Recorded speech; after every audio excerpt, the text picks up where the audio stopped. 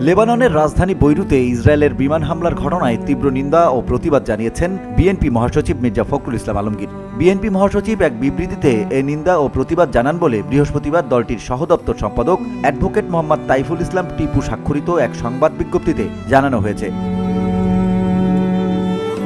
বিবৃতিতে মির্জা ফখরুল বলেন, বুধবার ইসরায়েল কর্তৃক লেবাননের রাজধানী বৈরুতে বিমান হামলা চালিয়ে বহু মানুষকে হতাহত করেছে। এসব হামলায় অসংখ্য শিশু, নারী, পুরুষ হতাহত হয়েছে, ধ্বংস হয়েছে বহু স্থাপনা, অথচ বিশ্ব নীরব দর্শকের ভূমিকা পালন করছে। এ ঘটনায় তীব্র নিন্দা ও প্রতিবাদ জানিয়ে তিনি বলেন, জাতিসংঘ নিরাপত্তা কাউন্সিল আলোচনার পর আলোচনা করে চলেছে, অথচ এখন পর্যন্ত এই ভয়ঙ্কর প্রাণঘাতী যুদ্ধের সমাপ্তি ঘটাতে পারছে না। জাতিসংঘের কার্যকারিতা নিয়ে জনগণের মধ্যে প্রশ্নের উদ্রেক হচ্ছে। এই প্রাণঘাতী, বিবেকহীন ও অর্থহীন যুদ্ধ এখনই বন্ধ করার জন্য আমি সংশ্লিষ্ট পক্ষগুলোকে আহ্বান জানাচ্ছি। আমরা মনে করি এই যুদ্ধ বন্ধ করতে না পারলে বিশ্ব আরও বেশি সংঘাতে জড়িয়ে পড়তে পারে। VOD Bangla news desk.